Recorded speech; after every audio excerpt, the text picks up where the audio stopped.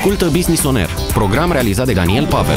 Emisiune realizată în parteneriat cu grupul de firme Gemini Solutions. Bună ziua, doamnelor, bună ziua, domnilor! Este joi, Business On Air începe la RFI. Invitații mei de astăzi intrăm direct în subiect. Subiectul este de business, în același timp este și o celebrare. Celebrăm practic astăzi începutul unui parteneriat tehnologic. Cam asta ar fi sintagma sub care îmi doresc să purtăm discuția. În studio este Gill, VP of Engineering, deci VP-ul pe inginerie de la Criteo. Good afternoon, Diarmuid, and welcome. Thank you for having me. And actually, it's an honor having Criteo and yourself here in the studio. Mă întreb către Laurenţiu Spermezan, bine ai revenit la microfonul Business On Air. Mulțumesc că m-ai invitat. Chief Operations Officer. Operating, operating, ok. Da, e acolo. Operating Officer de la Gemini Solutions. Discutăm, dragilor, despre un parteneriat care începe. Laurenţiu, aș vrea să intrăm în subiect. Începe astăzi, însă el a mai fost setat, arhitectura lui arată destul de bine. Laurenţiu a venit în companie la 2 luni înainte ca Diarmuid să vină în Criteo. Da? O să vorbim un pic despre subiectul ăsta. Deci interacțiunile existau și înainte de acest moment, iată, 31 martie 2016. Te rog. Da. Deci, cum... Diarmuid a ajuns în Criteo 2 luni înainte să ajung eu la Gemini Solutions. Așa. De fapt și de drept. Noi, să zicem că noi doi suntem în acest moment fața acestui parteneriat din punct de vedere al relației, care n-a început de ieri, de astăzi, dar să zicem că acum este la un moment de maturitate și care se poate îndrepta spre ceva mult mai bun decât deja este. Iată, cred că am răspuns la întrebare. Este într-adevăr. Să definim ce este Criteo și mă întreb către Diarmuid, and I put the question in English. What is Criteo? A French-based company, but we are saying here Silicon Valley, Paris, now Bucharest. What is Criteo beyond performance marketing? So performance marketing, so what we do is we provide services for online retailers to be able to show their advertisements to exactly the kind of people who are most likely to buy them. So most of the ads you might see on the internet are kind of untargeted, they're kind of not relevant. So with Criteo, what we do is we make sure we provide access to our retailers, the ability to be able to get to exactly the kind of people that want to purchase their products. We do it across a range of things like mobile, desktop, search, email.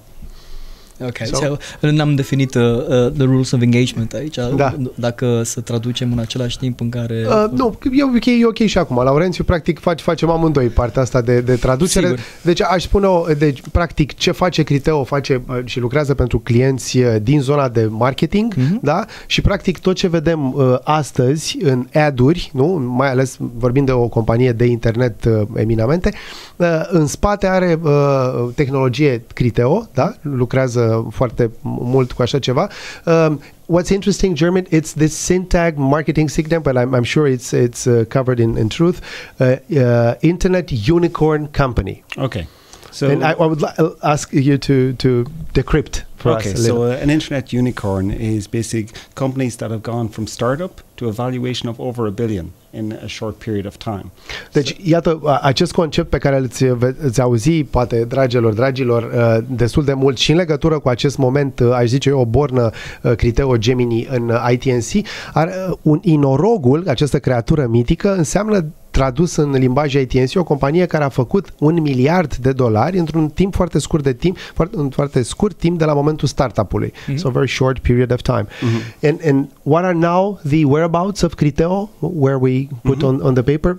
So Criteo launched on the stock exchange, I think it was like about 2 years ago. Deci Criteo s-a lansat pe piață în urmă cu 2 years? Yeah. Okay. And we've continued to grow, and we're continuing to kind of set at the same pace we did before floating on the stock exchange. Okay, it's Nasdaq?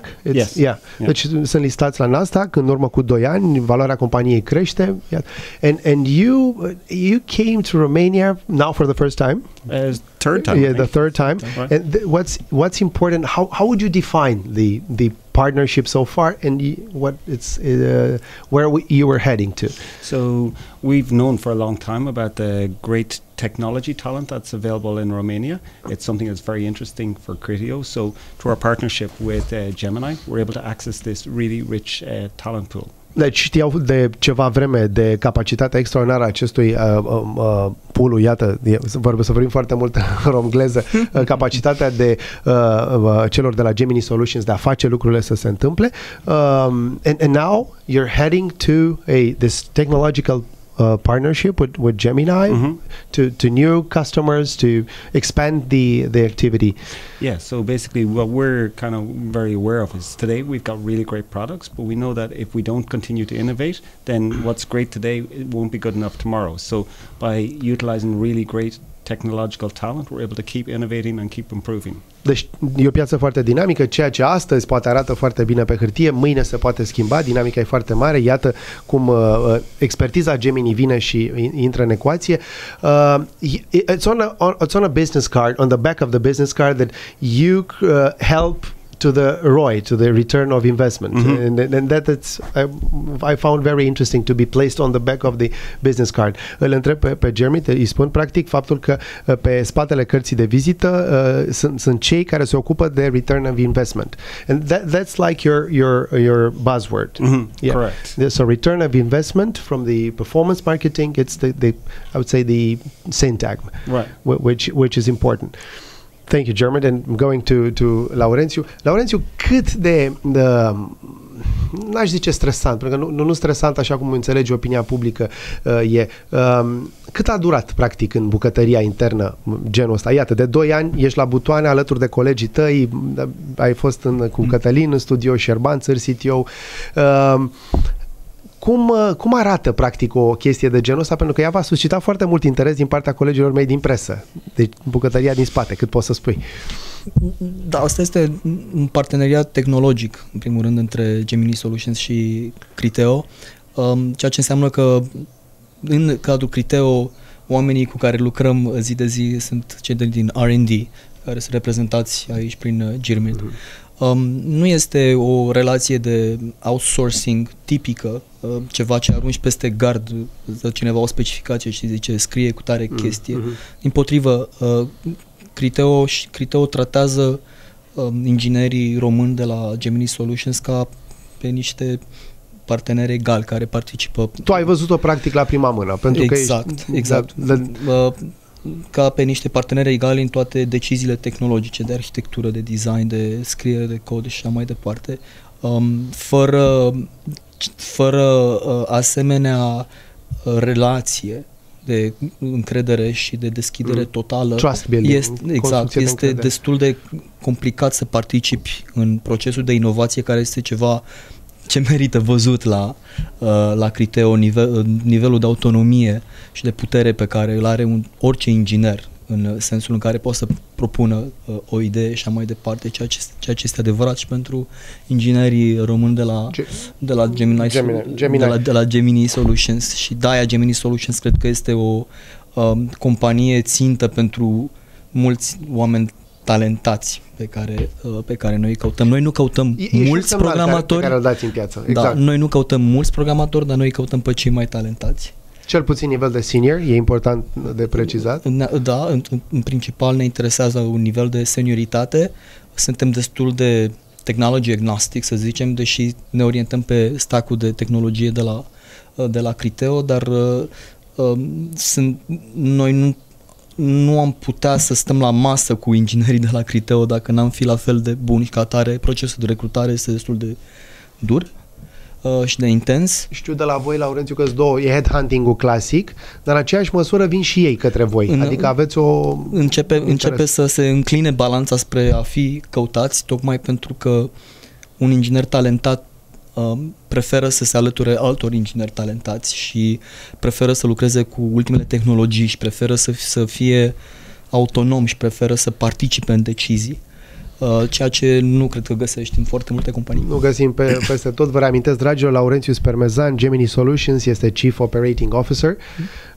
L-am nimerit-o, da? Da, în sfârșit am zis-o cum trebuie, Chief Operating Officer. Gill este VP of Engineering. Diarmuid, we're just talking about the human resource, this human touch point, which is, we have a saying in Romanian, Laurenţiu knows it very well, omul sfințește locul. The man make the place holier, so to say. So the man, it's centric, it's man-centric, so to say.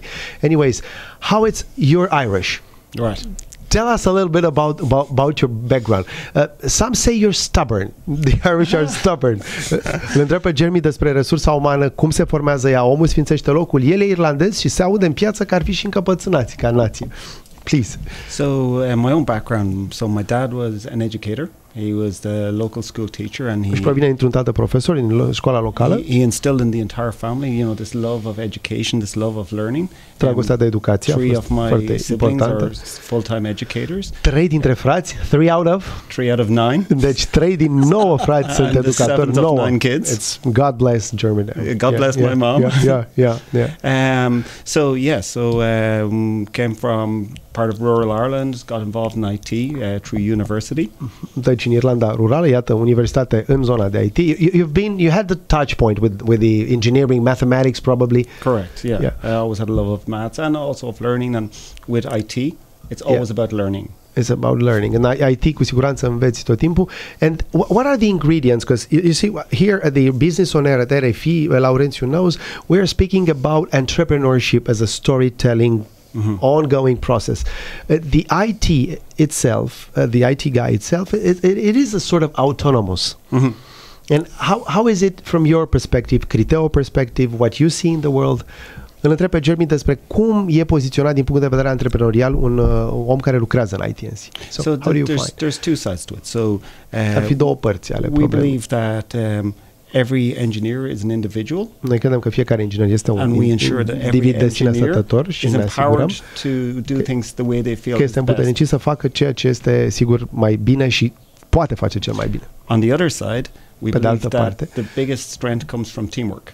Pe de altă parte, cea mai mare putere provine desigur din munca în echipă, din ceea ce se numește team. And team can have an individual sense in your immediate team, but the wider team of Criteo and our partnership with Gemini, teamwork across different sites, between different teams and different groups. Deci pe cele două componente, atât micro-echipa, să spunem așa, în interior, dar iată cât și o echipă la acest nivel geografic, Laurenţiu, că până la urmă discutăm, iată, Silicon Valley, Paris, Ireland, why not? It's the ecosystem. Deci o mare echipă cum este aceea care se creează, s-a creat și continuă acum, iată, pe un alt nivel, Gemini, Criteo.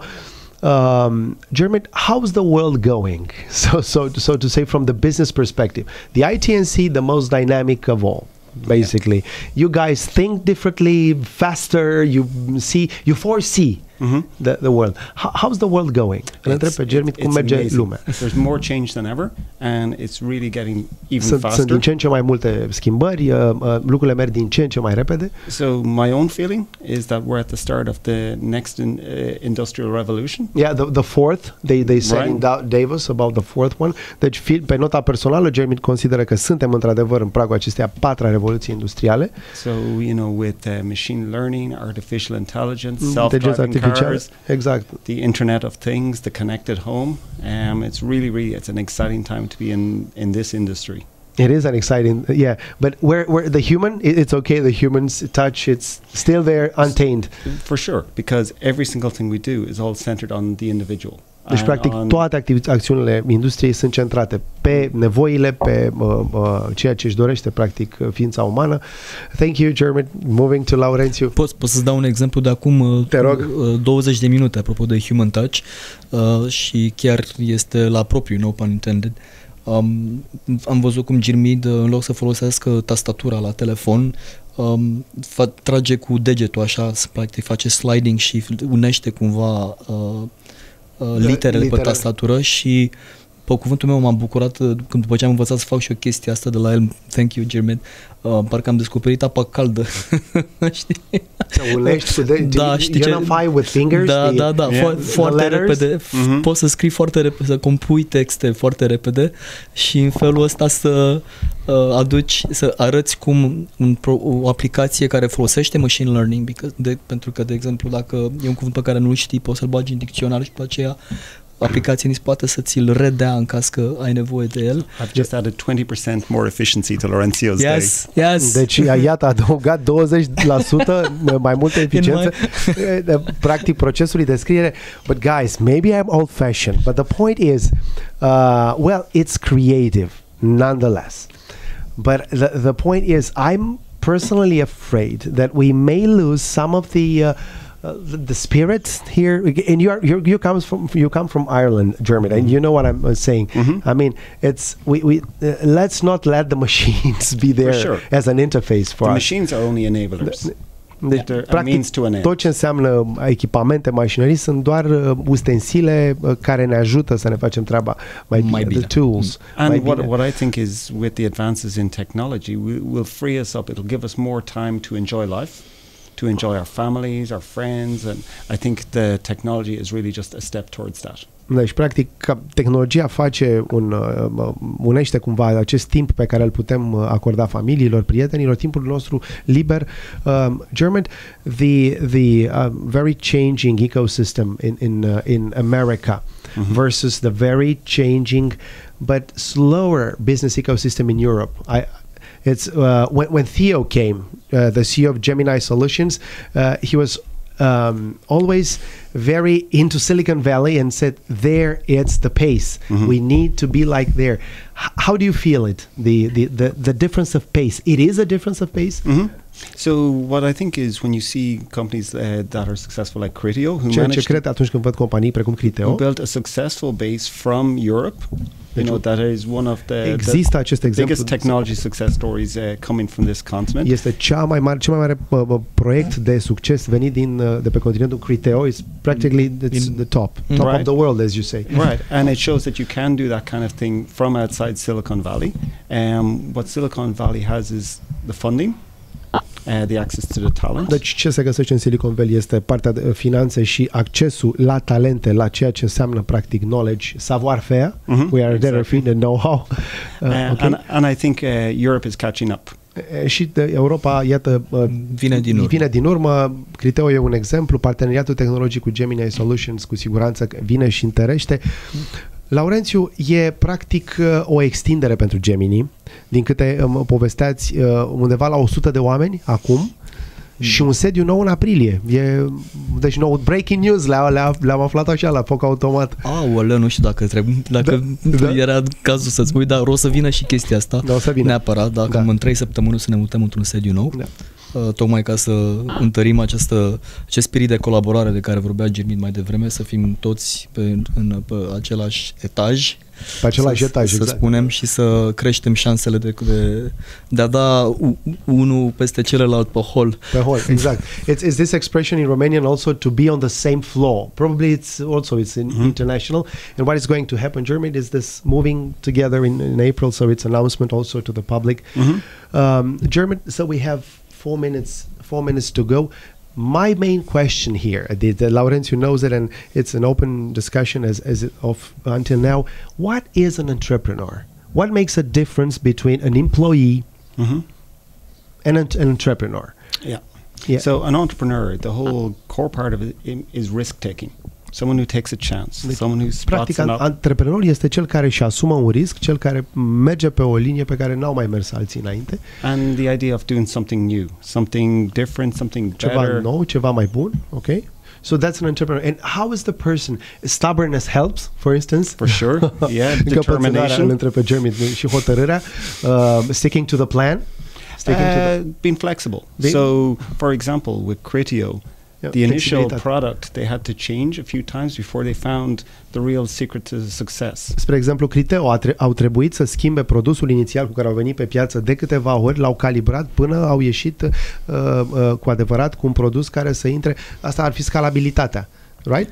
Sort of this quotient of scalability, it's a word imported somehow. Yeah. That would be, right? Scalability, to do something that it is required on the market, and to that extent you have to produce. Correct. Yeah. The scalability. Wow. So flexibility. Laurențiu, te rog, ce mai este un antreprenor? Ce face din perspectiva noastră românească? Din perspectiva noastră românească. Tu, de exemplu, ești un antreprenor. Omul liaison între două entități, între două energii, Putem să spunem, da, asta e. Noi avem avantaj, cei care lucrăm în companii de tipul ăsta și cu parteneriate, cum este cel cu Criteo, avem un cuvânt apropiat și care se cheamă intrapreneur. Intrapreneur, da. Are și, există și în... Ceea ce înseamnă că ai nivelul de autonomie necesar și lumea, să zicem, managementul se dă la o parte din calea ta ca tu să poți să faci, să zicem, să-ți urmărești o idee. Nu e același lucru ca și antrepreneurship, fiindcă totuși nu spui economiile la bătaie. This hybrid word of intrapreneurship. It's a hybrid sort of. Right. Yeah. Exact. Și parteneriat ca ăsta între Gemini și Criteo vrea să profite cât mai mult de acest spirit intraprenorial și noi, când ne uităm după oameni dincolo de experiențe și de nivelul de tehnicitate, să zicem, ne interesează foarte mult și relaționare firește, limba engleză nu mai vorbesc, de cât de curioși sunt, de cât de tare sunt disponibili să schimbe ceea ce știu deja sau să întoarcă lucrurile cu fundul în sus sau să se uite dintr-un unghi diferit. Și pe noi acum ne interesează mai mult acest cuvânt intrapreneurship. Intrapreneurship, that's the buzzword. Nu mai zic că mi-e frică să spun ce e antrepreneur acum, că ți-am zis data trecută ceva și nu mai țin minte exact ce ți-am zis. Nu, oricum, acolo e vorba de spirit, we are talking about the spirit. Laurențiu told something in the previous program, but he can't recall exactly. I got the same question as you, you know? All right. You kind of asked the same question to everybody. This is, I'm interested, because you see, for instance, there's people that say, I don't want a boss anymore. Sunt oameni care spun că n-au mai vrut șefi. And they realize that everyone is the boss now. The clients, the customers, the stakeholders, even the open public is, chiar și publicul mare poate deveni la un moment dat client. It's the far east true competitor to this let's say ecosystem of business. Can be the Indians, for instance. I don't know, some Vietnamese, I heard, they started with a very good tech schools there. Right. What do you think, in your opinion? So, in my opinion, with the way that the internet has broken down borders, you know, it's really become a real international game. You know, it's not so important anymore where you're from. Everyone is connected. So we're all world citizens. So I think that's what we're trying to see, is that it's becoming a real global game. Global game, deci e un joc global, practic cetățenii ai lumii, este practic o sintagmă care reprezintă cel mai bine lumea IT&C-ului. Laurențiu, asta te reprezintă și pe tine, Canada, România, și engleză și franceză. Franța, sigur. Franța foarte mult, adică ai tot ecosistemul ăsta. Unde ne vedem în 3 ani, 4 ani de acum înainte? Așa, pe un minut. Wow. Where do we see in 3 years from now, let's say? So 3 years from now, I think they talk about the Internet of Things. It's the whole connected environment. Internet of Things, yeah. Yeah, I think that's going to be a big thing with 5G. So the ability to have, you know, really high speed, much better than we've ever had before. Deci capacitatea, tehnologiile de tip 5G și viteza de... Romania stays okay. It's okay with the internet. Yeah, for sure. Yeah. Guys, unfortunately, we got to the end of the program. It's Diarmuid, Gill, VP of Engineering. L-am avut în studio. Thank you very much, Diarmuid. Thank you. For Dan. the presence here, and we set this ecosystem together of what you are going to do from now on, actually. Ce urmează să facă de acum înainte. Laurenţiu Spermezan, Chief Operating Officer. Oh God. Yeah. Okay. E de la Gemini Solutions. Mergem mai departe, urmează jurnalul orei 14. Ascultă Business On Air, program realizat de Daniel Pavel. Emisiune realizată în parteneriat cu grupul de firme Gemini Solutions.